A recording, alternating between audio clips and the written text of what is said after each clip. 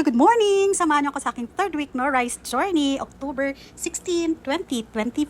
Thank you, Lord. Mantatanan mag-gisa-gisa. So, ara na ang gisote ko nga ubod sang lubi kag sayute. No? At sang aton nga pan, nabutangan na siya sang olive oil. Butang na nato ng aton nga egg. Yan. Kinanglan, mapuno niya ang pan para ibutang tadara ang aton nga vegetables. Yan na yung ating scrambled eggs. Pag nakita nyo na nga na-settle na siya, pwede na nating ilagay yung ating ubod ng lubi, may ground pork and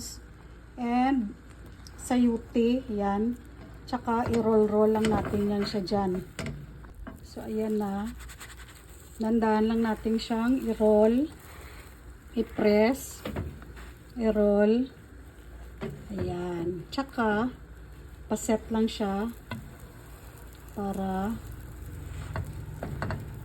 manikip. And ilagay na sa plato. And charan! October 16, our third week no rice. Prosciutto and avocado. Let's eat prosciutto and avocado. And our egg. And yung naiwan nating sauteed vegetables. Tara, let's eat.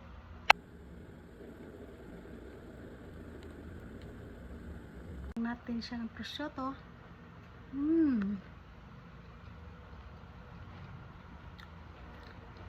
So ito lang ating gagawin. Kuha tayo ng ating wrap at ilagay natin yung ating egg. Ayan. And then nakasimple.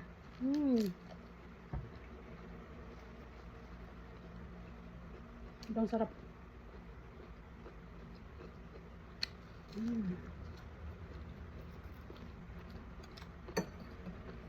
Pwede din kung gulay lang.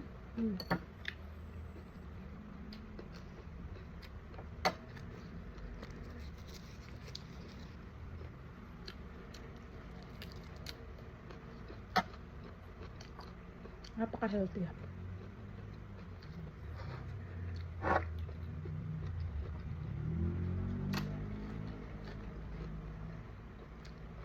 Sabi ka sarap.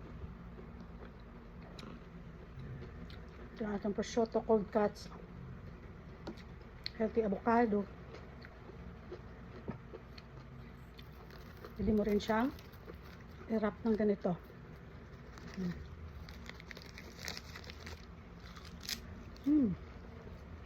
Perfect.